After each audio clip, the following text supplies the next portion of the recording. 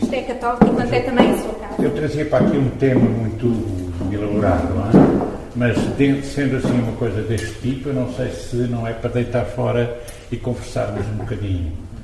Porque eu tinha elaborado isto mais ou menos dentro destas estruturas. A primeira, porque se nós vamos falar de jovens, de droga e de sexualidade, convém esclarecer conceitos. De que é que estamos a falar? Esta era a primeira nota introdutória. Depois disso, gostaria de dizer, os jovens são pessoas. Incondicionalmente, numa etapa da vida, mas são pessoas. Depois, a segunda nota que eu gostaria de referir era que, de facto, como pessoas, vivem um tempo muito bonito, que é o tempo de experiências. E é nas experiências que estão os consumos, é nas experiências que está uma vida sexual aberta, é nessas experiências que está um mundo fantástico que nós temos que saber compreender. E depois, aquilo que aparecia como respostas em termos de século XXI. Que tipo de respostas? Portanto, era um bocadinho assim que eu estava a elaborar aquilo que poderia dizer. Mas seria em termos de conferência, mas assim em termos de conversa, quase que direi que é mais importante aquilo que vocês queiram perguntar e que eu, a partir da minha experiência, eu possa responder. Porquê? Eu fui durante nada mais, nada menos 7 anos, 10, fui a trabalhar exclusivamente com os jovens, ou até mais, porque eu trabalhei com a JEC da minha diocese, jovens e JEC da minha diocese, durante cerca de 6 anos. Depois disso, fui assistente nacional da JEC 5 anos e fui responsável da pastoral juvenil, que lancei no país durante 7 anos. Portanto, o contato com os jovens foi muito interessante, muito rico, muito valorativo. Depois, durante 6 anos, 2 como conselheiro e mais 6 como responsável máximo do problema da drogas. Portanto, foram os últimos 6 anos de alto comissário para o Projeto Vida, que era o Projeto Vida Luta contra a Droga. E, portanto, dentro dessa perspectiva, eu penso que, de facto, vale a pena trabalhar a temática em termos de conversa, de debate, de perguntas que têm, de questões que têm. Depois, na linha das respostas, eu penso que há 2 ou 3 respostas que são fundamentais. Uma das respostas, para mim, fundamental, é o processo educativo. Quer dizer, como é que, de facto, nós educamos os jovens e nos educamos nós também, até para sabermos lidar com eles. Depois, aquilo que eu chamo a terapia de acompanhamento, porque, de facto, o jovem tem que ser altamente acompanhado, porque se não for acompanhado, o disparate é total, precisamente porque a experiência é um desafio muito forte que lhe é feito, não é? Daí, realmente, ser tão interessante, realmente, trabalhar esta temática do acompanhamento. E depois da responsabilidade da própria sociedade, como é que integra os jovens. Se não os integrar, de certeza que dá disparate. Portanto, respostas para o século XXI são também integrações. Portanto, este é o esquema que eu estava preparado para conversar, porém, assim num grupo tão pequenino, eu seria um bocado falar, mas estar aqui a fazer uma conferência, não é? Portanto, ponto final, parágrafo. Mas pode dar um ponto de à vossa disposição. Mas para já, quando falamos de jovens, atenção, estamos num ciclo vital que de facto abrange a vida toda do ser humano, desde a concepção até à morte, e nós cuidamos em cada etapa, em cada momento, cuidamos precisamente da pessoa como ela é. E portanto eu tenho que reconhecer que quando chega à adolescência, efetivamente, e depois da adolescência se salta para a juventude, nós estamos com pessoas vivas connosco, que têm características de pessoa, que nós muitas vezes não consideramos isso. Porque, por exemplo, a maior parte dos pais veem sempre os jovens sempre de calção e, portanto, sempre completamente apenas a obedecerem, e não pode ser, quer dizer, o jovem é um ser em projeto, um ser decididor, um ser simbolizador, um ser em relação, um ser em crescimento, um ser, concretamente, com necessidades específicas. Se eu não respeitar isto, efetivamente o jovem volta-se contra mim, é fatal. Eu pergunto, respeitam-se os projetos que os jovens têm? Quando o jovem é um ser em projeto, é alguém que tem projetos e que tenta realmente levá-los a cabo. Portanto, o ser humano é um ser em projeto. E o jovem é um ser humano numa etapa da vida. Se pegássemos agora nas teorias do Freud, que eu gosto muito, veríamos como em cada etapa, em cada ano, houve uma evolução muito concreta. E quando nós chegamos à evolução sexual e afetiva, e depois quando chegamos ali aos 11, 12, 13 anos, começam a acentuar-se uma data de características, que eu depois, sobretudo através a partir dos 15 anos, me dão precisamente a relação homossexual, a relação heterossexual, a relação seletiva. É tão interessante esta evolução. Eu tenho que conhecer a evolução dos jovens e que vai tendo projetos. E eu tenho que o ajudar a concretizar esses projetos. Depois há um ser decididor. A maior parte dos pais decidem pelos jovens todos. Decidem férias, decidem estudos, decidem namoros, decidem uma data de coisas que é inacreditável. Quando o ser humano, por ser humano, é um ser decididor. Portanto, tem que ser ajudado a decidir por ele. Não é ser substituído nas decisões. E depois é um ser simbolizador. Quais são as expressões? É engraçadíssimo atualmente. No mundo da expressão, hoje, os jovens falam por e-mail, falam por SMS, com linguagem que os adultos não entendem. Até para evitar que os adultos entrem na intimidade que eles têm direito a ter. Então é interessante isto, não é? Quando nós estivemos num diário de um adolescente, ou diário de um jovem, e ele fala por símbolos, é de uma riqueza espantosa. Mas a vida humana não é simbólica. A palavra não é um símbolo, o gesto não é um símbolo, o olhar não é um símbolo, o sorriso não é um símbolo, a lágrima não é um símbolo. A vida humana é simbólica. Portanto, se nós retiramos essa carga simbólica, precisamente, à relação com os jovens, isto é inacreditável. E muitas vezes eles têm atitudes para provocar, precisamente, e para reclamar direitos que têm, indiscutivelmente. Portanto, o jovem tem um mundo extraordinariamente interessante, e que é o mundo da relação. E certamente que a certa altura não tem relação com os amigos dos pais, até pelo contrário, afastam-se deles. Não têm relação, precisamente, com o universo de pessoas do mesmo grupo social. E a certa altura têm que ser ajudados a descobrir caminhos, mas não substituídos nas suas capacidades de relação. A mesma coisa ao nível muito concreto, realmente, da relação e do crescimento normal. Nós temos que acompanhar esse crescimento de uma maneira altamente enriquecedora. E o facto de estar a crescer não é um problema biológico, é um problema biopsicossocial, cultural, espiritual e até religioso. Eu dizia numa das missas destes dias, foi no domingo passado exatamente, que eu dizia aquilo que um amigo meu, um sueco, um dia disse em Roma e que eu nunca mais esqueci. Em 1975 eu fui a Roma representar a Conferência Episcopal. Num trabalho, foi a primeira vez que entrei no Vaticano, num trabalho que se chamava precisamente Os Jovens e o Futuro da Fé na Europa. E foi engraçadíssimo. Foi engraçadíssimo porquê? Porque a certa altura, efetivamente um sueco, com quem eu depois criei uma grande amizade, levantou a voz para dizer que na Suécia, como sabem, só 5% é que são católicos. Mas tinham lá uma estrutura de igreja a sério, não é? Então foi engraçadíssimo, porque realmente ele disse assim: nós lá na Suécia temos consciência de uma coisa, que uma fé que não é criticada nunca será verdadeiramente sentida. Portanto, quando os jovens criticam a fé, estão a crescer. Quando não os deixam criticar a fé e querem apenas que eles repitam, estão rapidamente a expulsá-los da prática. Rapidamente, logo que estejam autónomos, deixam a prática imediatamente. Eu nunca mais me esqueci disto, que é extremamente interessante. E, de facto, as grandes opções de vida ou são opções feitas a partir do nosso querer e não do querer do papá ou da mamã ou do professor que nos elogia não sei quantos, ou sabemos afirmar-nos e definir-nos, ou então, de facto, o adolescente e o jovem vai rapidamente romper com tudo aquilo que é sobrecarga em cima de si e vai deitar fora. Portanto, é dentro desta perspectiva. E então, quando eu olho para o jovem, com estas características que eu defini, tenho que olhá-lo no seu todo. Tenho que olhá-lo não numa visão monista, não posso vê-lo apenas num aspecto, né? Porta-se muito mal. Calma, pode acontecer que portar-se mal seja extremamente importante e seja bom. Olha, já foi há muito tempo. Eu tinha 10 anos quando eu disse ao meu pai que queria ser padre. Disse ao meu pai, exigindo, não é? Aos 5 disse que queria ser, ele não acreditou. E aos 10 eu disse que queria ser e que ia para o seminário. Atenção, meu pai tinha um colégio, está bem? Com os estudos completos do atual ciclo secundário, não é? Como se chama. E eu não quis ir para o colégio, o meu pai quis ir para o seminário. Não é? E o meu pai achou que devia ir falar com o reitor.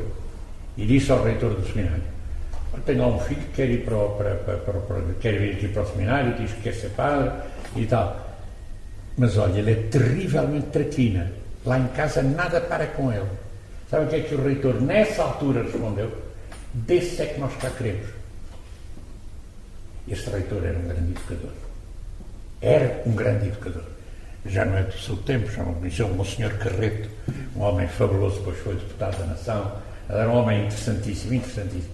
Mas quer dizer, ele respeitava profundamente, mas quando via que um adolescente, que um jovem tinha um problemazito, conversava, convidava para ir tomar um refresco lá ao escritório dele. E conversava no escritório dele, tomando os dois um refresco. Atenção, isto em 1940 e tal, não é espantoso isto. Portanto, de facto, eu considero que hoje o que nos falta mais são educadores. Portanto, a primeira nota que eu gostaria de dizer é olharmos para o jovem, não podemos olhar só sobre um aspecto, que é o erro dos pais. É o erro dos pais. Os pais, quando perguntam aos professores sobre o seu menino, só perguntam se estudam, está bem? Não se preocupam com o resto. Isto é dramático. Se têm boas notas, isso é que é o essencial. Preocupam-se com o cognitivo e não se preocupam com todos os outros aspectos da vida humana. O psicológico, o social, o cultural, o biológico, o afetivo, o económico, a maneira de administrar. Quer dizer, temos que nos preocupar com tudo e acompanhar o homem todo. Não numa visão monista, nem numa visão dualista, nem numa visão triádica.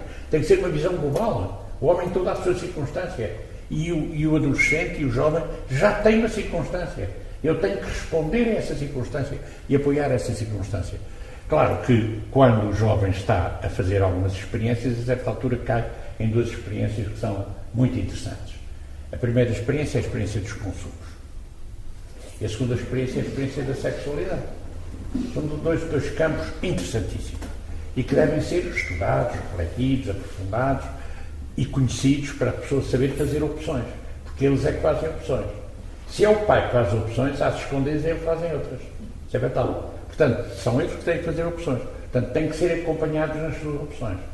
E aí é muito interessante. Se quiserem começar pelo aspecto da sexualidade, é preciso ver realmente o que é a sexualidade. Que a maior parte das pessoas não sabe também. A maior parte das pessoas confunde sexualidade com atividade sexual. Quando se fala de educação da sexualidade aí nas escolas, fala-se de atividade sexual. Não se fala de sexualidade. Porque a sexualidade o que é? É um dinamismo, não é uma atividade. É um dinamismo que abrange a vida toda do ser humano, desde a concepção até à morte. E o leva à realização de si no seu projeto de vida. É isto que é a sexualidade. Primeiro eu disse que é um dinamismo. Segundo, um dinamismo que, mesmo que não haja nenhuma atividade, está a orientar a vida humana. Não tem nenhuma atividade a criança de 3 anos, de 1 ano, de 2 anos. Pode ter, em determinado momento, um grito vital, mas não tem, efetivamente, uma atividade sexual. Um velho de 90 e tal anos não tem, efetivamente, também uma atividade sexual, pois não. E não tem sexualidade, não é? E não tem sexualidade, então não há de ter. Tem sexualidade que é um dinamismo, que abrange a vida toda do homem, corpo, alma e sentimento. Esta expressão, corpo, alma e sentimento, é utilizada por alguém que já vos digo quem é. E acrescenta-se, desde a concepção até a morte, todo este tempo. Portanto, a sexualidade envolve a afetividade, não apenas a genitalidade, envolve realmente todo o ser, porque todo o ser humano é sexuado em todas as suas ações. Eu estou aqui a conversar convosco, estou a investir a minha sexualidade. Estou a falar-vos como um homem, não estou a falar como uma senhora. Tenho características, tenho maneira de falar, maneira de me exprimir, etc., que é tipicamente masculino, claro, logicamente. E é muito interessante que seja bem definido qual é aquilo que eu sou, Porque, de repente, se eu não estou definido naquilo que sou, eu, de repente, entro numa crise brutal. Não pode ser. Portanto, toda a vida humana é sexuada, toda. E, depois, desenvolve-se segundo o projeto de vida que eu tenho. O meu projeto de vida foi o sacerdócio. A minha sexualidade exerce-se no celibato. Aqui o meu amigo que está aqui ao meu lado, o professor Queiroz e Melo, optou precisamente pela vida matrimonial. Pois sim, senhor, o João e a Conceição constroem a sua vida sexual e afetiva como a opção de vida que fizeram, o matrimónio. Uma família, constituir uma família. E assim sucessivamente. Portanto, é interessante reparar que sexualidade é muito mais do que uma atividade sexual. E, infelizmente, a maior parte das pessoas, quando faz educação da sexualidade, faz uma educação pobre da sexualidade. Agora, é preciso ver com atenção uma coisa muito interessante. É que, de facto, na evolução, sobretudo ao chegar à adolescência, é engraçado que aos 3 anos ou 4 anos há gritos de vida muito interessantes. Há gritos de vida extremamente interessantes. Então, no rapaz é muito interessante. A primeira ereção normalmente dá-se por volta dos 3 anos, 4 anos. É assim um grito de vida para dizer: eu estou aqui, hein? Contas comigo à vista. E se não se entender isto, claro, às vezes há muito pai e muita mãe que ficam muito aflitos porque a menina tem este gesto, porque o rapaz tem aquele gesto. Calma, vamos deixá-los crescer normalmente. Eu, neste aspecto da sexualidade, sigo um seu grande amigo, suponho eu, e colega, que é o Adriano Bastera. O Adriano Bastera, grande psiquiatra, diz de uma maneira muito bonita que há 3 coisas importantes na educação da sexualidade. 3 coisas fundamentais. Quais são essas 3 coisas fundamentais? A primeira, naturalidade. Portanto, os pais, quando educam a sexualidade dos seus filhos, têm que respeitar com naturalidade tudo o que eles perguntam ou deixam de perguntar, tudo. Tem que ser. Mas há uma segunda nota que é muito importante.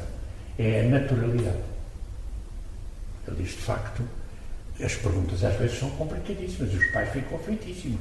Mas não têm que estar aflitos, têm que ser naturais. E a terceira condição é a naturalidade. Entenderam a piada? Ele diz.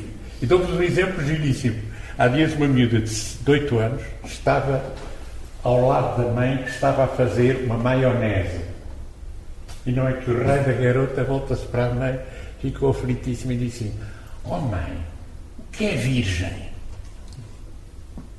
A mãe respirou fundo, pediu ao Espírito Santo que a iluminasse, invocou todos os deuses. Como é que eu vou explicar isto à miúda? E durante meia hora esteve-lhe a explicar tudo, com toda a simplicidade, mas explicar tudo, explicou. No fim, a miúda voltou-se: oh mãe, o que é que isso tem a ver com azeite? Ela tinha visto o azeite, que era virgem. Então, sim, às vezes nós complicamos tanto a vida, não imagino. Quer dizer, sabem que os meus amigos jesuítas têm uma coisa fantástica.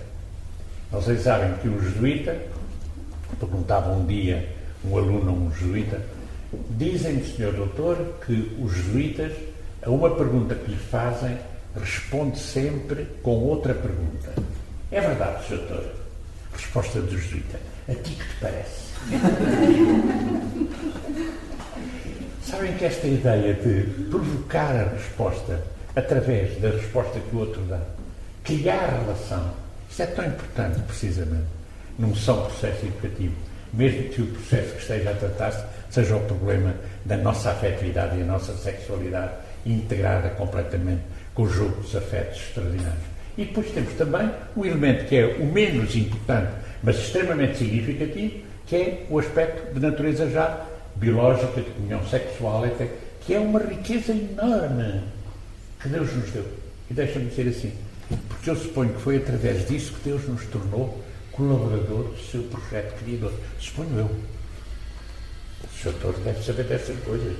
Suponho que é através, precisamente, desta comunhão maravilhosa que, de facto, nós nos tornamos precisamente colaboradores do projeto criador de Deus. Como é que é possível dizer mal da sexualidade? Como é que é possível não entender este fenómeno? Como é possível não ensinar as crianças, desde pequeninas, a saber lidar com essa riqueza fantástica que tem componentes físicas e componentes afetivas e que realizam realmente a pessoa nos seus sonhos, na construção dos seus projetos, da sua razão de viver. Portanto, eu penso que nós temos que pensar muito, refletir muito, precisamente para deixarmos de ter uma vida afetiva ou sexual centrada em experiências na adolescência ou na juventude, mas centrada em opções, que é o essencial. E isto também para o problema da droga é a mesma coisa, porque a droga, efetivamente, nós sabemos o mal que pode fazer. Há drogas lícitas e drogas ilícitas.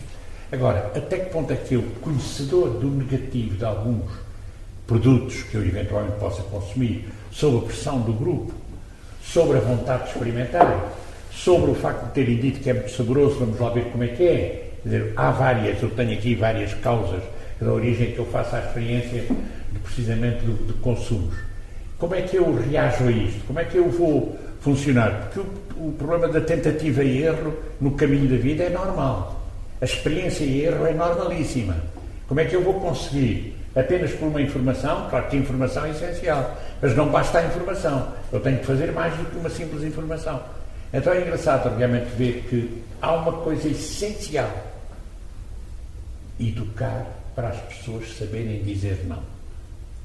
Eu, durante 6 anos, em todo lugar onde falei de droga, falei da aprendizagem do não. E a maior parte dos pais não admite o não. Como é que educam os filhos? Não estou a educá-los bem. Se não deixam que o filho diga não, se o filho não souber e não puder dizer não ao pai, aprende apenas a dizer sim. E quando um traficante ou quando um companheiro lhe entrega um produto para consumo, ele não sabe dizer não, porque nunca aprendeu a dizer não. Nunca teve sentido crítico e, portanto, não sabe desmarcar-se daquilo que, por aprendizagem, ele sabe que tem alguma carga negativa e que ele tem que avaliar antes de consumir, logicamente. É tão importante isto. Agora, tudo isto, respostas, eu só dou duas respostas. Primeiro, nós temos que aprender a ser educadores. Os pais têm que saber ser educadores, que não sabem. Os professores têm que aprender a ser educadores nestas idades, que não sabem. Os padres têm que aprender a ser educadores, esses então são insuportáveis. De facto, não sabem, estão habituados à autoridade. É terrível quando uma pessoa julga que tem autoridade. Então lida com os jovens, é um sarilho. E reparem, eu lá na paróquia tenho 2 tipos de jovens. Tenho os tais 350 organizados em grupos de reflexão, que têm animadores, que são os próprios jovens animadores. Durante o mês de setembro, durante 15 dias, os 72 animadores estão em formação para saberem fazer o que vão fazer durante o ano inteiro com aqueles outros quase 300, reparem bem. É tão interessante esse trabalho. Bem, portanto, tem que aprender, saber lidar com eles, saber tudo isso. Mas depois temos outros grupos de jovens, que é o mais interessante, que é o Clube de Jovens. O Clube de Jovens o quê? É um grupo de 100 jovens que vêm dos bairros periféricos. A nossa paróquia tem 2 grandes bairros periféricos. Um deles já fomos nós que construímos, 7 torres de 7 andares, 122 famílias, onde temos muitos ciganos, muitos imigrantes. É um grupo difícil. E depois temos um outro bairro, Quinta da Calçada e Fonsecas, que tem 770 famílias. E aí temos depois mais outros jovens, também alguns deles vieram da província, vieram muito longe, não estão habituados à cidade e rapidamente se tornam estranhos, clandestinos quase, etc. Então conseguimos já recolher, e habitualmente durante um ano só admitimos 100, com quem se trabalha especificamente de uma maneira muito interessante. Neste momento temos alguns já na universidade, está bem? Portanto, vejam o que é vir do bairro de Latas, onde alguns deles eram de uma violência extraordinária e que hoje estão já a caminhar com muita segurança. Portanto, estes 450 jovens são aqueles que nós acompanhamos lá na minha comunidade. E é a maneira diferente de trabalhar com eles, porque uns teriam condições e tendências para desvios comportamentais muito mais frequentes, os tais 350 não estão marcados por rapidamente caírem em comportamentos desviantes. Portanto, dão-nos mais paz, mas os outros dão-nos muito mais alegria. Portanto, quais são, para mim, 2 ou 3 notas que são respostas para sermos capazes de enfrentar quer a característica do jovem, quer o seu consumo, os seus consumos, quer, concretamente, as suas experiências de natureza afetiva ou sexual. Quais são? Primeiro, ensinarmos aqueles que têm responsabilidades educativas a serem educadores. Para mim isto é chave. E para isso eu tenho uma noção da educação. O que é educar? Formar integralmente a pessoa humana através da assimilação sistemática e crítica da cultura. Vamos desmontar esta definição. Formação integral da pessoa. Portanto, se é formação integral, é formação biológica, psicológica, cognitiva, afetiva, espiritual, religiosa. É formação integral, é completa. Portanto, não podemos fazer como a maioria dos pais, que aos professores apenas perguntam se o menino tem nota ou não tem nota, para poder amanhã atingir realmente esta classificação que lhe dá entrada aqui, ali ou lá na universidade. Acreditem que a maior parte dos pais só se preocupa com isto. Também se preocupa um bocadinho com o físico. Ele não parte uma perna, portanto, agora o resto. Preocupam-se realmente com o afetivo, a não ser com proibições sistemáticas. Preocupam-se realmente com o social, com quem é que se está a dar, como é que se está a dar, como é que se relaciona, etc. Preocupam-se realmente com o espiritual. O espiritual é a cultura. O espiritual é a relação. O espiritual também é o transcendente. Mas o transcendente é o menos importante. O mais importante é o cultural, o religioso. E no transcendente a descoberta que posso ultrapassar os meus próprios limites. E depois descubro que Deus me pode ajudar nisso. Sou capaz de, a pouco e pouco, ir descobrindo o mistério de Deus. Eu tenho que saber educar também apanhando estes elementos. A dimensão religiosa também. Portanto, aqui é o mundo. Educação é formação integral. Eu até gosto de dizer, é autoformação integral. Eu sou ajudado pelos pais, pelos educadores, pelos companheiros, pelos mais velhos, pelos líderes dos grupos, mas eu é que me autoformo, sou eu. Cada um é que se forma, a si próprio. Portanto, é uma autoformação, a partir dos dados, dos valores que lhes são oferecidos. Bem, portanto, a formação integral da pessoa humana. E da pessoa, de tal pessoa que tem projetos, tem decisões, tem símbolos, tem relações, tem crescimento, tem concretamente necessidades também concretas. Podem ser necessidades biológicas, podem ser necessidades que obrigam a um tratamento, podem ser necessidades de alimentação suficientemente com calorias suficientes ou sem calorias demasiadas, etc. Há aqui todo um mundo, um universo. Portanto, a pessoa humana. Como é que esta educação se faz? Por assimilação. Atenção. Não é por meter lá para dentro coisas, não. Pode-se meter tudo o que quiser, mas eu tenho que ajudar o adolescente e o jovem a saber assimilar. E só assimila como? Com dois movimentos. Um movimento sistemático de acolhimento e um movimento crítico de recusa. Se eu não respeitar estes dois elementos no processo educativo, se ele só sabe imitar, vai sair um bebê. A vida toda não sabe decidir, não sabe o que quer. Se eu apenas o respeitar nas recusas, então automaticamente vou ter um malfeitor. Vou ter alguém que realmente só sabe ter uma crítica agressiva, violenta contra tudo e contra todos. Portanto, a educação se põe à assimilação, eu recebo valores, parte dos valores que eu recebo são deitados fora, outros são assimilados. Tal e qual como na refeição. Eu, quando almoço, parte daquilo que eu comi, eu deito fora. Suponho que lá nas nossas casas, ao fundo do corredor, um compartimento à esquerda, que tem essa função. Há parte que nós deitamos fora, que recusamos, e há outra parte que nós assimilamos, que nós integramos no nosso organismo. Ora, o processo educativo é isto. É uma assimilação feita pelo próprio, mas que é sistemática. Há muitas coisas que herdamos dos nossos pais e que é crítica, que o jovem tem que aprender a dizer não, tem que saber dizer não, tem que ser respeitado nos seus não, de tal maneira que a partir do não que ele fez, conversado, consegue realmente encontrar as saídas necessárias para o projeto de vida que ele próprio constrói. Portanto, e esta assimilação sistemática e crítica de quê? Da cultura. Da cultura. A cultura que vem do ADN, da estrutura do pai e da mãe, da maneira como o pai e a mãe, de facto, têm o seu organismo, a sua vida, tudo isso. Depois, os ambientes em questão, os ambientes que frequentam. Então, é muito importante privilegiar ambientes, sem ficar somente num ambiente demasiado fechado, porque o ambiente demasiado fechado vai empobrecê-lo enormemente porque lhe retira a capacidade crítica, indispensável, ou lhe dá-lhe uma capacidade crítica pela negativa, portanto, e é o património cultural, tudo isto é um património cultural, que ele tem e que ele vai assimilar em parte e vai criticar em parte. Isto é o processo educativo. Agora, este processo educativo exige uma coisa constante, o diálogo. O diálogo.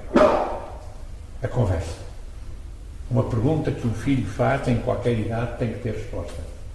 Tem que ter princípio de diálogo. Tem que aceitar a discordância. Atenção. Tem que levar realmente a alguma opção que o adolescente e o jovem vai fazendo. É fundamental o diálogo. Eu pergunto, os pais têm tempo para dialogar com os filhos? Os pais têm tempo para dialogar com os filhos? Lamentavelmente, têm muito pouco tempo. Sabem quais são as 3 qualidades de um educador?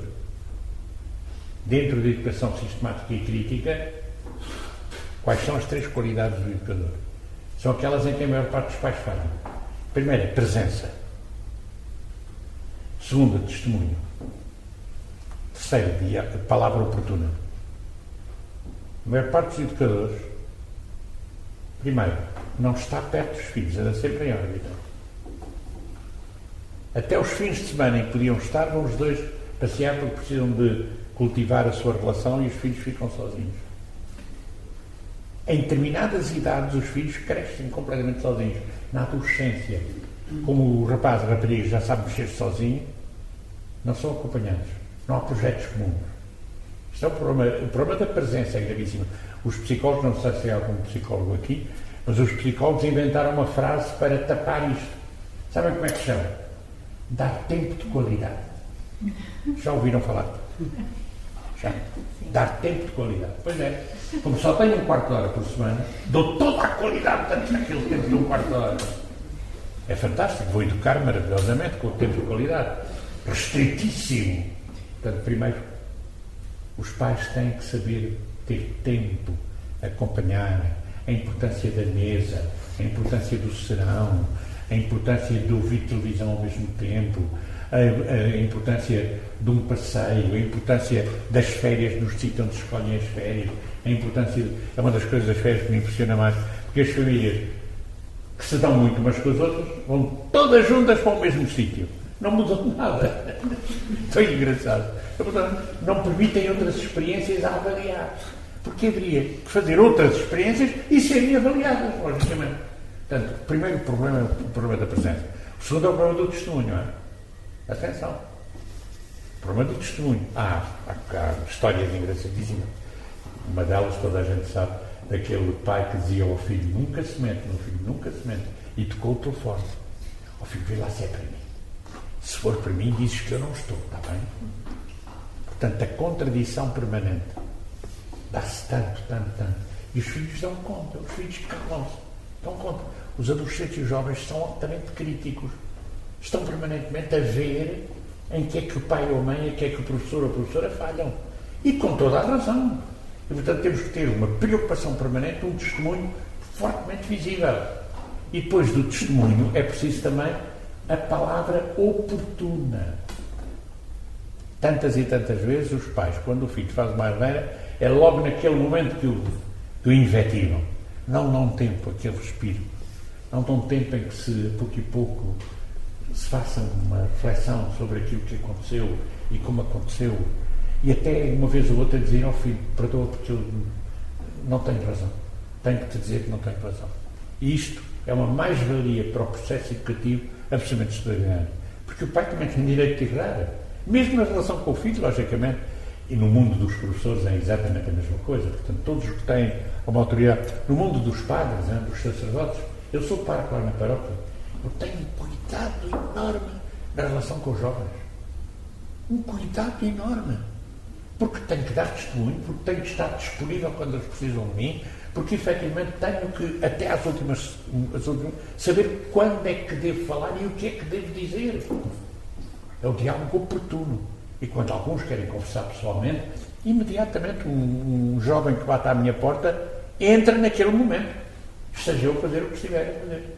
Quer dizer, portanto, estes são ritmos muito importantes do tal processo educativo, que supõe depois também a informação sobre o mistério maravilhoso da sexualidade, sem qualquer, e com os nomes próprios, está bem? Com os nomes que eles conhecem.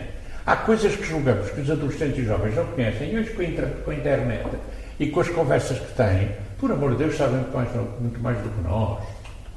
Por amor de Deus, conversemos à vontade, totalmente, avaliando o que é positivo e o que é negativo. E deixando que a pouco e pouco eles se autocritiquem e descubram qual é o caminho que devem percorrer. Às vezes depois há um erro que cometeram. E por cometeram um erro não vamos crucificá-los. Vamos ouvir, auscultarem. Quer dizer, ser capaz de escutar o que o outro tem para dizer. E tem tanto para dizer, tem tanta história para contar. E é tão bonito que possa contar sem ser recriminado imediatamente. Portanto, isto é todo o jogo de diálogo que é extremamente importante. Agora, segunda nota, eu penso que há o acompanhamento personalizado. É outro aspecto. Dentro do processo educativo, o acompanhamento personalizado. E porquê é que eu falo do acompanhamento personalizado? Porque não há duas pessoas iguais. Um pai tem 3 filhos. Todos rapazes. Nenhum é igual. São diferentes. Não podem ser tratados da mesma maneira. Cada um tem que ser tratado de maneira diferente. Normal. Isso é normal. Portanto, porque cada um tem características. Pensem concretamente o que é o segundo filho do mesmo sexo.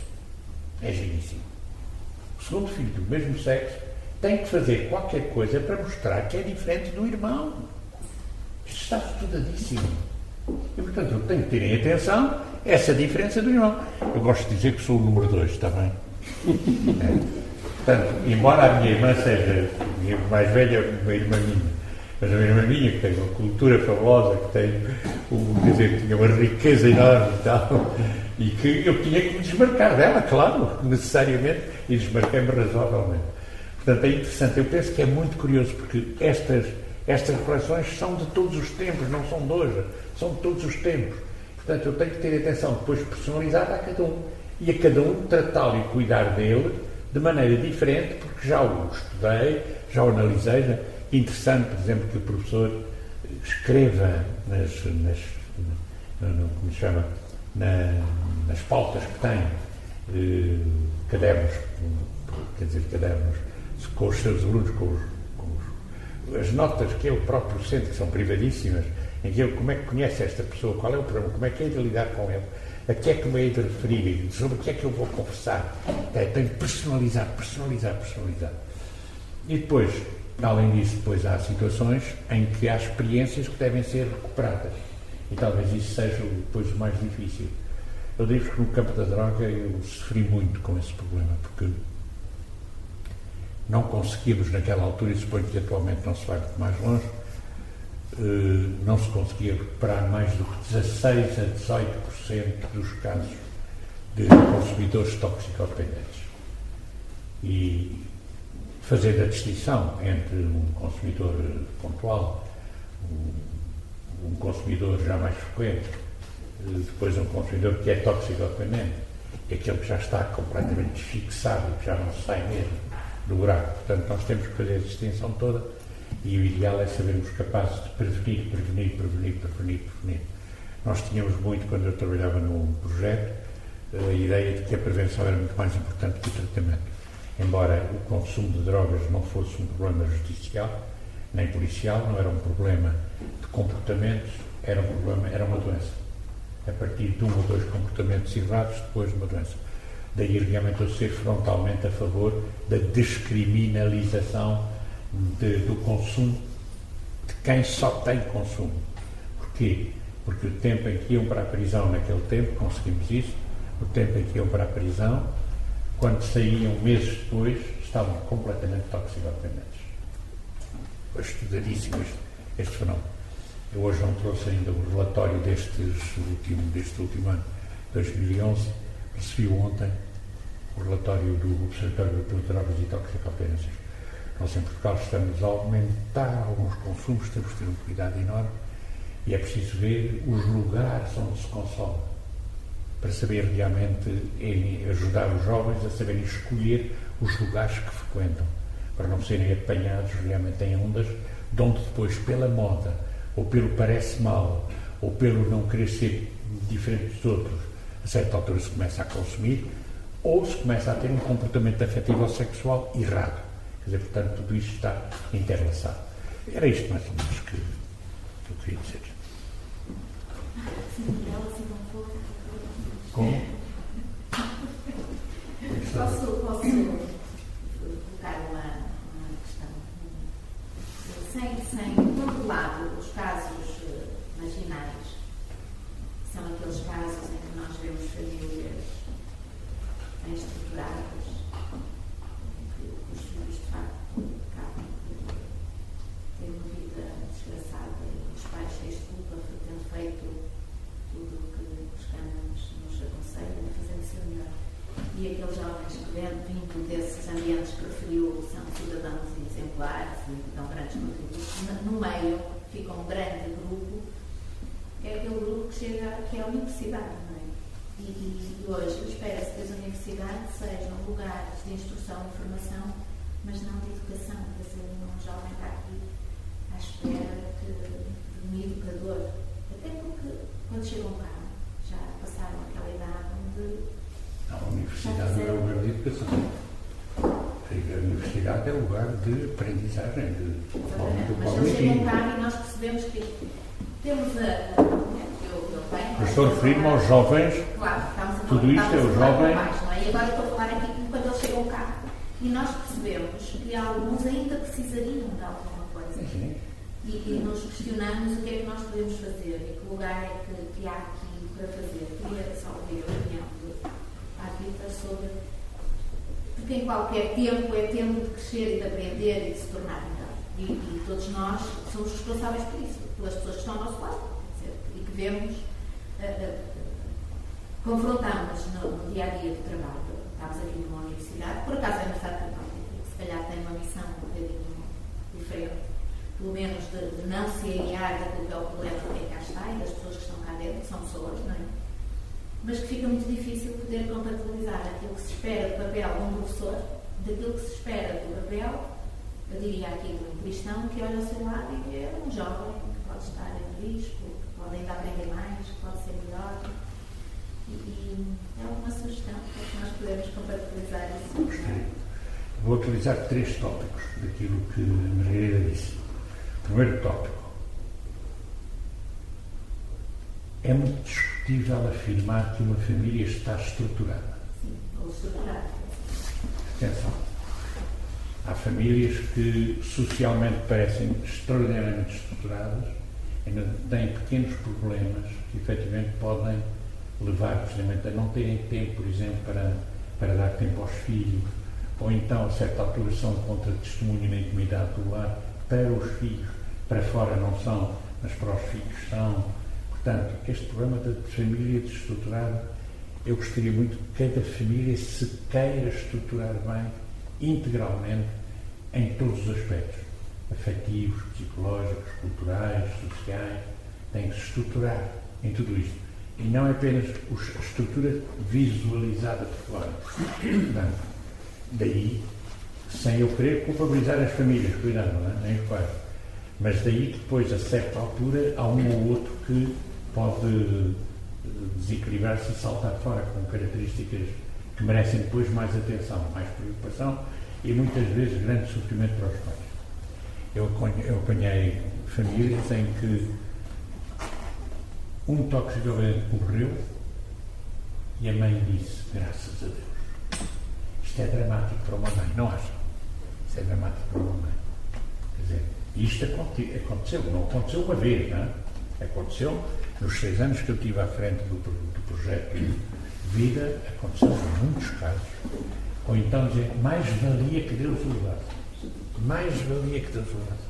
Não é só um alívio, como é uma expectativa do seu desaparecimento. Portanto, o problema das famílias estruturadas é uma coisa muito complicada.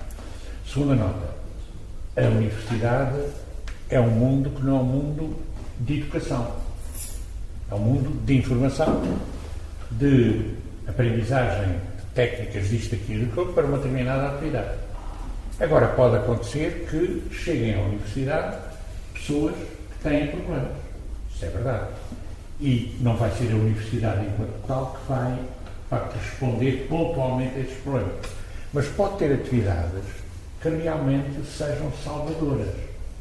Eu vou dar um exemplo. Há clubes, nas universidades há clubes que são extraordinariamente salvadoras. Posso dizer que eu conheço universidades, aqui não sei se têm, se não têm, que têm bandas, que têm os feiões, que têm tunas, que têm sido redentoras para muita pessoa.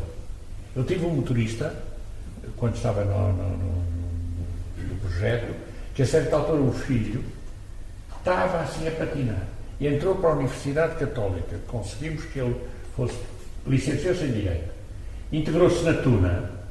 Aquele rapaz hoje é brilhante como homem, como pessoa. Quer dizer, isto já foi há muitos anos, como podem imaginar, porque eu já deixei a droga em 1998. Depois eu deixei. Foi que se conseguiu recuperar. Consegui-me recuperar completamente. Consigo recuperar completamente. Portanto, é engraçado realmente ver isso. Portanto, vou dar outro exemplo. O CASU, não sei se é vosso. O CASU também. O CASU, portanto, de trabalhos interessantes de missionação. Esses são interessantíssimos. E de missionação não necessariamente religiosa. Eu há dias estive na Gulbenkian na apresentação. Eu trabalho no voluntariado muito como coordenador do Núcleo de Voluntariado para a Saúde, no Conselho Nacional de Voluntariado. E a certa altura tivemos um trabalho, e a certa altura eu tive que dizer ao Secretário de Estado e a dois responsáveis que estava muito preocupado. Estava muito preocupado porquê? Porque a certa altura falava-se de voluntariado para a realização do voluntário. Quando o voluntariado exerce para o serviço, para o objetivo. E os voluntários estavam a dizer, eu senti-me tão bem, foi estupendo isto que eu fiz, foi formidável, sinto-me agora mesmo, redimi-me e tal. Eu sei que há redenção, mas efetivamente o objetivo é outro. Atenção, a segunda nota que eu disse, depois que aquilo assustou um bocado, foi que os grupos que ganharam prémios e que de facto foram os 3 que foram apresentados, eram todos de matiz cristão. Então eram todos, e de facto podemos falar de Jesus Cristo, falarmos de Deus e não sei quantos e tal. Oh, diabo. Parece que para ser voluntário é preciso ser cristão, é preciso ser crente, é preciso... E pode ser voluntário sem ter qualquer religião, claro que sim.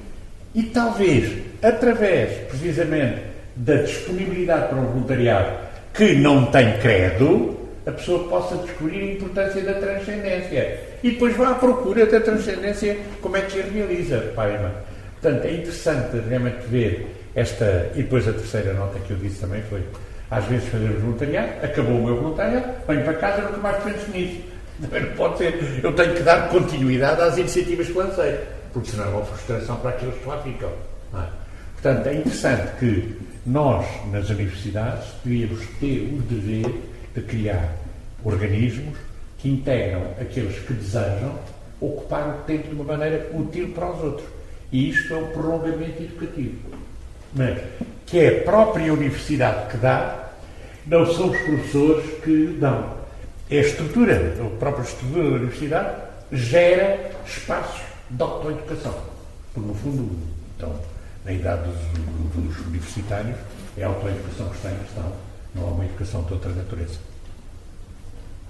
Posso pôr uma questão? O padre Vítor falou, e eu compreendo perfeitamente isso, que não se deve penalizar o consumo. Não, eu disse não se deve criminalizar. Exato. Eu não disse não penalizar. Eu é que disse mal, eu percebi. Exato. Não se deve criminalizar o consumo. Mas, assim sendo, e eu entendo isso e estou de acordo, existe alguma estrutura alternativa para o acompanhamento, eu vou-lhe chamar assim, do toxicodependente, porque o que acontece é que, na generalidade, o toxicodependente acaba por ter atos criminosos. E, portanto, há alguma estrutura alternativa a isso. É lei, atenção, é lei.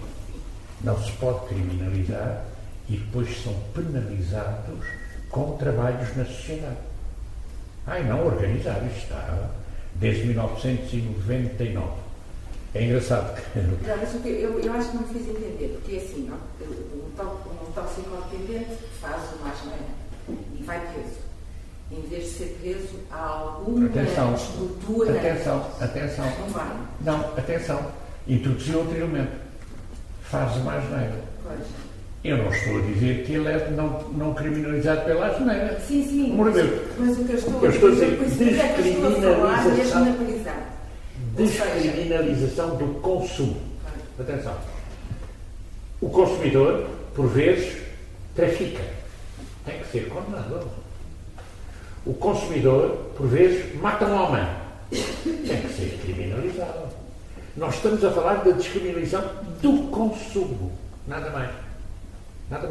Porque o consumo era considerado crime. Até ao Sócrates, está bem? O Sócrates foi o meu sucessor, está bem? É engraçado, não é? É engraçado.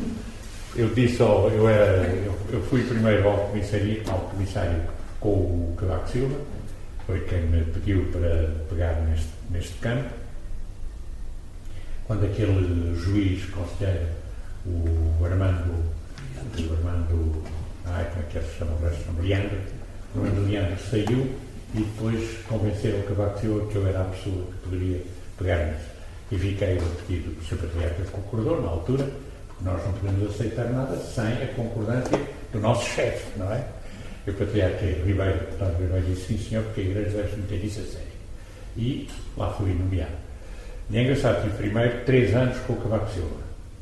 E depois fiquei mais 3 anos com o Guterres. Eu disse ao Guterres quando ele ganhou as eleições, foi nomeado primeiro-ministro, eu escrevi imediatamente uma carta e disse concretamente peço para ser dispensado imediatamente do cargo, dava-se à sua disponibilidade, mas acrescente-se, por acaso, para dar continuidade ao projeto, precisar de mim, estou disponível. E ele então, e saí para Roma. E quando 8 dias depois vim de Roma, tinha uma carta dele e venha almoçar comigo. Para que se diz, eu almoçar, ele pediu por tudo para ficar. E passados 3 anos, eu achei que devia já chegar. 6 anos já chegava. E então, nessa altura, eu disse, era importante que isto não estivesse entregue a um alto comissário. Isto deve estar entregue ou a um ministro ou a um secretário de Estado. O Sócrates foi nomeado, nessa altura, ministro do Ambiente e foi entregue à área dos condonos da droga. Portanto, ele ficou ministro do Ambiente e qualquer coisa ligada à droga. Tinha um nome, não me lembro. Bem, ele teve uma coisa muito interessante, porque um mês depois de estar com esta pasta, ele pediu para eu ir falar com ele, conversámos 4 horas e no fim das 4 horas ele disse-me assim, mas não era nada disso que eu queria dizer. Então o que era? Queria-lhe dizer que lhe pedia para ficar com o seu grupo. O meu grupo, o staff que eu tinha, 40 técnicos, eram do Partido Comunista, do Partido Social Democrata, do CDS, eram de todos os partidos. Ainda hoje está o João Golão, que é o presidente, e o presidente do Observatório é do Partido Comunista e nunca misturou política com terapias, com tratamento. Eu tenho por ele uma admiração fantástica, o João, fantástico. Portanto, o grupo era assim. Ele pediu-me para ficar com o grupo todo. Um político nunca faz isto. Quer deitar fora todos para ter pessoas da sua confiança. E ele preferiu, eu nasci e tirei do chapéu. Passados 3 ou 4 meses, ele pediu-me para eu falar com ele. Para quê? Para falar o que é que eu pensava da descriminalização. E nessa altura conversámos tudo isso. Ele disse, eu gostava de falar com o Patriarca, mas se calhar ele não me recebe. Não, recebe-o amanhã. Fico descansado. Amanhã, sim, porque eu agora estou falando de certeza que eu recebo. Assim aconteceu. E o Patriarca depois disse-me com muita piada. Disse-me, o Patriarca já é o Zé Patriarca. Nós estamos muito mais avançados na Igreja do que eles nos serviços públicos. Foi engraçadíssimo. Porque nós temos a dinâmica do perdão. Atenção! Nós não estamos a dinâmica do castigo. A Igreja tem a dinâmica do perdão. Atenção! Tinha toda a razão, José Ricardo, a dizer isso. Portanto, de facto, a dinâmica do perdão pode renovar a pessoa, se soubermos ter a dinâmica do perdão. E a não criminalização tem exatamente essa característica de abrir a porta a um perdão. Que uma criminalização do apenas consumidor, então se é adolescente, quando ele saía, adolescente ou jovem, 18 anos, quando ele saía da prisão, estava altamente contagiado, como doente do adito. Portanto, eu direi, nós temos aqui várias coisas. Temos aqui, primeiro, descriminalização do consumidor, só consumidor. Mas este consumidor é também traficante para ter produto. Aí apanha e é criminalizado. Quer dizer, porque isso não pode fazer nunca. Mas, por outro lado, ele, porque está apanhado pelo consumo, comete um crime. Por exemplo, pode ser roubo. E isso é muito frequente. Roubo numa farmácia, por exemplo.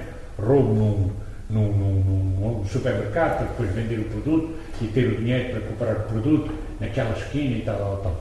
Então, também é criminalizado. Portanto, o que nós falamos de descriminalização é só do consumo, mais nada. Portanto, e depois não é despenalizado, porque depois tem que cumprir, de facto, trabalhos na comunidade. E os trabalhos podem ser muito interessantes. Digo-vos, na minha paróquia, já tive 2 ou 3 que são mandados pelo juiz para trabalhar lá na paróquia, como assistentes, como apoiados, como colaboradores no trabalho que nós desenvolvemos com os idosos, com as crianças. E tem sido sempre ótimo a solução que encontramos. Sempre.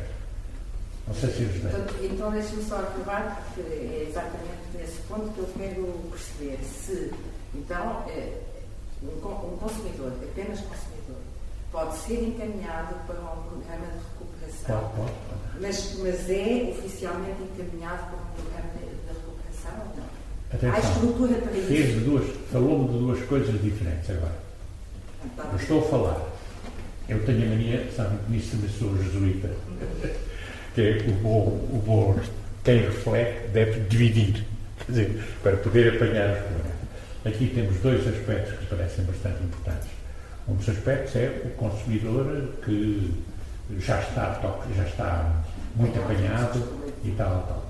Não é o consumidor que estava no princípio do consumo. E, portanto, o que está no princípio do consumo, esse é penalizado, é apanhado, é penalizado com trabalho na comunidade. Ponto final prático. Agora temos o consumidor já toxicodependente. Isso tem que ter um tratamento. Esse tem que ir para uma comunidade, tem que ter um tratamento, tem que encontrar uma solução. E a solução pode ser Minnesota, pode ser, sei lá, o esquema francês, pode ser estar 5 ou 6 esquemas diferentes de recuperação. Então, a recuperação da toxicodependência é um tratamento porque é um doente. E é aí que eu digo que só tínhamos 16 a 18% de sucesso no tratamento, o que é pouquíssimo. Mas reparem, eu tive uma experiência, como é público, posso dizer, uma experiência engraçadíssima. Um dia, uns amigos meus, pai e mãe, dizem-me assim: o meu filho acaba de ter o tratamento todo em Londres, está, eu considero-se completamente bem, mas tem que trabalhar. Não me arranjam um lugar para ele. Eu disse assim: arranjo. Amanhã aparece-me lá no meu serviço, ao comissariado do Projeto de Vida, eu preciso de um jurista, ele é um jurista, vem para ser meu jurista. E assim foi. Ele entrou como jurista nos meus serviços. Meus queridos amigos, quantas e quantas vezes fomos almoçar juntos? Nunca vi beber uma gota de água, uma gota de vinho. Nunca. Quer dizer, cumpria rigorosamente. E hoje, passados estes anos todos, continua a cumprir rigorosamente o seu projeto. Porque a cura supõe o meu dia da manhã. O meu dia só se cuida um dia. Mas um dia tem que ser com toda a exigência. E este rapaz, por exemplo, é assim. Bem, sabem quem é? Foi ministro. É o Nuno Moraes Sarmento. Foi ministro. Vejam como é que recuperou. tinha uma vontade de ferro. Tenho uma vontade de ferro. E, efetivamente, eu posso ser isto porque ele disse isto na televisão. Quando foi feito ministro, ele prudentemente disse: vou dizer eu que já fui toxicodependente, antes que me acusem, perguntam-me o que é que eu tenho a fazer. Opá, por favor, dizes na televisão. Toda a gente saber. Sim, senhor, e que tu curaste, está bom. E está, e continua lúcido. Ele fala muitas vezes na televisão, fazer comentários políticos, às vezes muito agressivo, mas ele é mesmo assim, boxer. É, de facto, é mesmo assim. E, de facto, com grande energia, e venceu. Agora, o drama é que nem muitos têm a capacidade dura de vencer. E aquilo, a certa altura, é uma vitória do próprio. Não há médico nenhum que o substitua. O médico dá as linhas de orientação. E ele depois é que tem, em luta pessoal, de exigir-se a si próprio a vitória. Como digo, este rapaz nunca mais bebeu uma gota de álcool. Nunca mais. Nestes tempos de restrições financeiras, com tratamentos com tão baixa probabilidade de sucesso, e em que outros tratamentos, provavelmente com taxas muito superiores, vão ser evitados, como é que se vai gerir esta situação? Pode a sociedade dar-se ao luxo de continuar a investir estes milhões a favor deste tipo de doentes, mas cuja probabilidade de sucesso, portanto, aumenta esses 16%, ainda é possível discriminar, e outros que são muito mais baixos que outros, vai ser legítimo dizer, não, nós vamos dizer, o pouco que temos vai para a prevenção. E eu vejo, por exemplo, na minha especialidade, um doente, discutia-se muito na altura, se os toxicodependentes têm muitas vezes infecções de coração, e a única possibilidade é serem operados. Mas praticamente 99,9% voltam às drogas, voltam-se a infectar. E, portanto, havia muita gente mesmo que se recusa até a operar da praticamente todos a reoperação, mas mesmo a primeira há muita gente que se nega. Neste tempo de racionalização de recursos vai ser difícil. Eu penso que para cada ciência tem que se dar uma cota de recursos. Não podemos privilegiar uma ciência contra outra. Quer dizer, nisso eu penso que o mundo da toxicodependência é um mundo que está agora na berra. Se nós deixarmos de cuidar, então haverá uma explosão louca. Uma explosão louca. O que seria realmente muito grave. Eu poderei, efetivamente, como digo, recebi ontem, precisamente, o relatório. Eu fui presidente europeu do Observatório Europeu. E agora é a primeira vez, depois de mim, o outro português. Agora é o João que é o presidente do Observatório. E na próxima terça-feira vou estar com eles todos, porque é o Dia Mundial da Luta contra a Droga. E nós reunimos sempre os antigos diretores presidentes do Observatório Europeu. E penso que não é pensável na Europa deixar de garantir os meios económicos suficientes para efetivamente lutar contra este flagelo. Porque este é um flagelo de uma violência brutal. Mas lutar pela prevenção. Também é prevenção, mas o tratamento também tem que se manter. O tratamento tem que se manter. E o tratamento, não, eu há dias apoiei o pedido do Lugar da Manhã, porque o Lugar da Manhã são 3 clínicas ou 4 em Setúbal, na zona de Setúbal, que estão a fazer um trabalho bom e neste momento tinham atrasos dos apoios, atrasos de um ano mais ou menos. E eu intercedi para ver se conseguíamos, se era possível. Eu disse ao João se era possível isto. Sei que já estão a tapar alguns buracos para poderem continuar a luta daqueles que possam recuperar. Lamentavelmente, o sucesso não é muito grande, porque 18% não é nada, não é nada. Mas sabem que é engraçado, enquanto os doentes estão nas clínicas, nestas comunidades terapêuticas, as famílias estão aliviadas. É um outro lado do problema. Enquanto eles estão lá dentro, as famílias estão aliviadas, sentem-se mais aliviadas. É um problema muito complicado. Este problema económico, com a crise económica que há hoje, é um problema tramado. Porque é um problema, o que é que se prefere? O que é que se privilegia?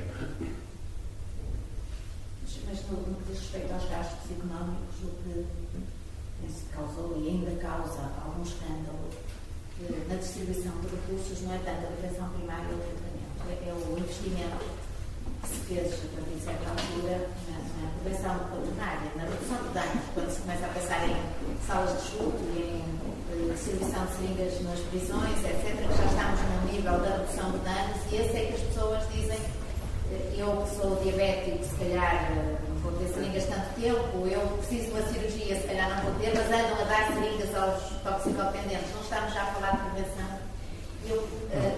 E há outro problema, depois há as doenças associadas. Está bem, ninguém morre com a toxicodependência.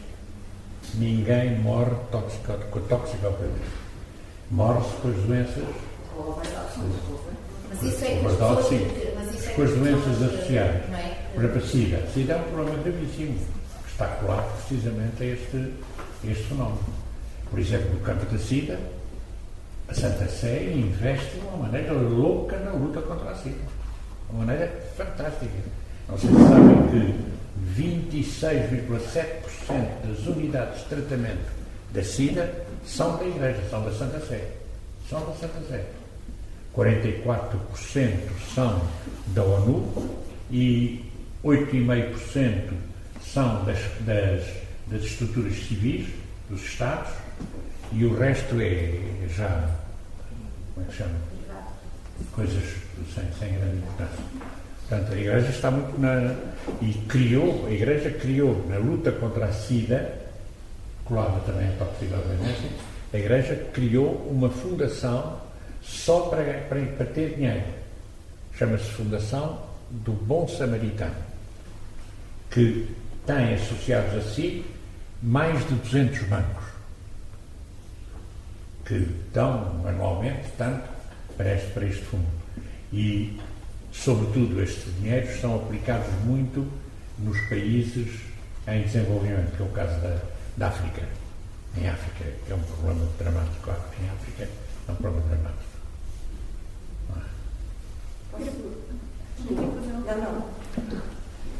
Com relação à descriminalização que ocorre aqui em Portugal, o senhor acha que no Brasil, se fizesse isso com o crack, também seria uma alternativa?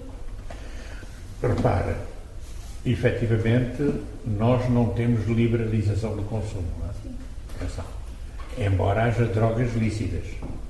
E vou dizer algumas drogas que, sem serem completamente lícitas, são usadas muito, não provocam adito, mas que alteram muito fortemente o comportamento em ordem a permanecer com saúde. E os problemas são gravíssimos. Que é o ecstasy. O ecstasy são as chamadas drogas de... não sabemos disso. De drogas de síntese. As drogas de síntese não provocam toxicodependência. Mas mesmo essas não são lícitas. Quer dizer, nós não temos o crack é uma mistura já. Portanto, como é uma mistura, tem mistura de cocaína, disto, daquilo, daquilo outro, e, portanto, está completamente integrado no conjunto de drogas ilícitas. Portanto, entre nós, não são permitidas. A solução, por exemplo, tem a Holanda de ter algumas drogas que entre nós são ilícitas, lícitas para um consumo pessoal, não tráfico, realmente essas, os célebres, como é que se chamam aquilo? Célebres Brown coffee. Isso. Brown coffee. São interessantes, mas efetivamente há ali uma licitude e têm conseguido não aumentar muito o consumo. Eles não têm aumentado o consumo. Aqui ainda não se optou por isso. Eu penso que se optasse por isso, havia entre nós um clamor louco. Penso isso. Entre nós aqui em Portugal. No Brasil não sei como é que é o processo. No Brasil é totalmente proibido. O consumo... É tudo proibido. Tudo proibido e... Sabe uma coisa? Eu fui em 1994, fui ao Brasil, ao Parlamento, fazer 2 conferências. Uma sobre o consumo na Europa e a prevenção do consumo. E outra, os tipos de tratamento que tínhamos na Europa. Foi dos momentos mais interessantes do meu trabalho quando estive precisamente nesta área da droga. Com uma nota muito curiosa, é que quem promoveu este trabalho no Parlamento de Brasília, foi um grupo muito radical do norte do Brasil, com ligações com Colômbia, talvez, penso. E é engraçado, realmente, que quiseram trazer para o Parlamento, para todo o Parlamento, este problema para como enfrentá-lo no Brasil, de maneira semelhante àquilo que estávamos a enfrentá-lo concretamente na Europa. Não sei depois as consequências desse estudo que nessa altura se estava a fazer. Não é? Posso ir propor uma questão aqui a pôr para desculpar, mas na sequência do que a Conceição Margarida disse, exatamente nestes tempos de crise, como é que vê agora, vá lá, o apoio à toxicodependência como uma política da metadona? Que é outra coisa que é bastante contestada, mas como é que vê? Repara, isso começou no Porto. Mas eu tenho uma coisa. E os médicos de Lisboa, na altura, eram o Eduíges. Como é que chamavam esse médico, doutor? Qualquer coisa. Como? Era na Boa Vista, sim. Tinha um nome assim, Eduíges ou não sei quantos, eu lembro-me disso. Mas isto passa-se em 1997, 96, 95, por aí. E aqui é que se começou a utilizar a metadona. Depois disso, foi engraçado que, já depois de eu ter deixado tudo isso, abriu-se a hipótese da metadona. Metadona para quem? Para os irreversíveis. E só. Quer dizer, a metadona era só para aqueles casos em que estavam em como é que chama, em ressaca constante e precisariam realmente de serem medicalizados sem lhes ser dada droga. Portanto, foi isso que, com as carrinhas que tinham realmente para dar a metadona, era esse o objetivo. Agora, sabem, quando se faz um processo que tem um objetivo muito pontual, entre nós em Portugal, então, é muito frequente alargar-se para outros campos. Por simpatia, por privilégio concedido a alguns, por não sei quantos. E isso é que dá origem a que realmente depois o meio social esteja contra. Não é? Agora, efetivamente, se aplicar a metadona, não é tratamento, ponto final. Não é? Mas é manutenção. Para aqueles que não podem prescindir de consumo, e se não estão em consumo, estão permanentemente em grito, portanto, então a metadona pode realmente ser Eu lembro que dos médicos que eram mais contra, Nuno Miguel, Luís Patrício, Carlos Fugas e mais 2 ou 3, hoje aceitam que nessa circunstância se pode justificar. Pois, mas nessa circunstância, em tempos de crise, que a metadona não pensemos na crise, pensamos no doente. Pelo amor de Deus, pensamos no doente. É o problema do doente. Diga-me lá, em tempos de crise não damos então cuidados paliativos. É um caso concreto de paliação. E nós hoje estamos todos preocupados que haja paliação. Até para contrariar a eutanásia. Até. Atenção, cuidado. Eu penso que a certa altura estamos no mesmo vício do nosso governo. O problema de tudo é tudo económico. Não pode ser. As nossas soluções têm que ser profundamente humanas. E depois, temos ou não temos, eu lembro-me sempre de uma grande médica que ainda ontem me telefonou, a Cristina Câmara. A Cristina Câmara. Foi com ela que eu aprendi coisas espantosas sobre a morte. Ela era a diretora do Serviço D, do Serviço 10, digo melhor, do Hospital de São José, que era a unidade de cuidados intensivos, permanente, precisamente na fase mais aguda dos doentes, com mais sucesso. E ela dizia a certa altura que quando tinha 10 unidades de aparelhos, precisamente de monitor cardíaco, ventiladores, 10 unidades. E as 10 unidades estavam cheias. 3 delas com senhores de 90 anos. E chega de repente um jovem, precisa de uma máquina. E ela dizia, não tenho máquina. Porque não ia preferir aquele que chega, que é jovem, 20 anos, e não ia preferir aquele que está ligado com 90 anos. É uma vida. Cada vida é única. Não pode ser tocada por nenhuma outra. E ela dizia-me, pode Vitor, nessa circunstância só tenho que dizer uma coisa para dizer. Não tenho máquina. E isto é realíssimo. Portanto, fica sem tratamento para chegar ao fim. Exato. Eu ando de chegar.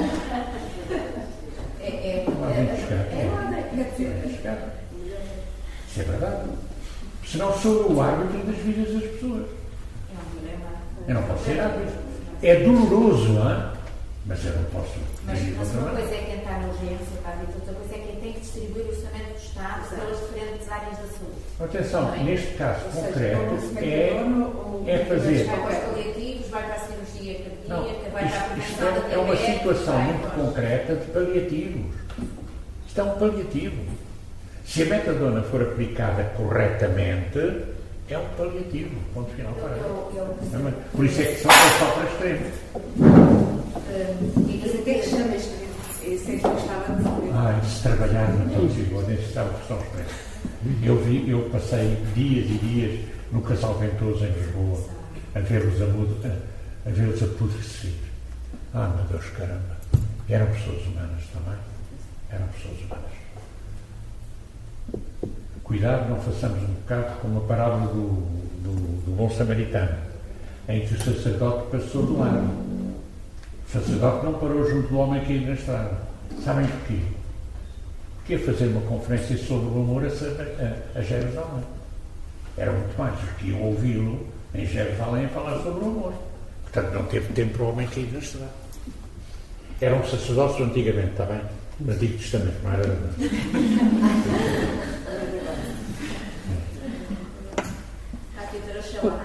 Oxalá possamos sempre, eu percebo o que disse, e o nosso critério é sempre a pessoa concreta que temos agora aqui à nossa frente. Claro, é isso. Mas percebo que há probabilidade, e temos que analisar, e estamos a analisar esse ponto de vista teórico, que um dia quem tem que tomar decisão, não do que fazer no momento, porque nós tiramos a roupa para dar a quem está ali, quer dizer, a Deus dizia lá também o meu quarto, se a gente vende a igreja para dar comer quem tem fome.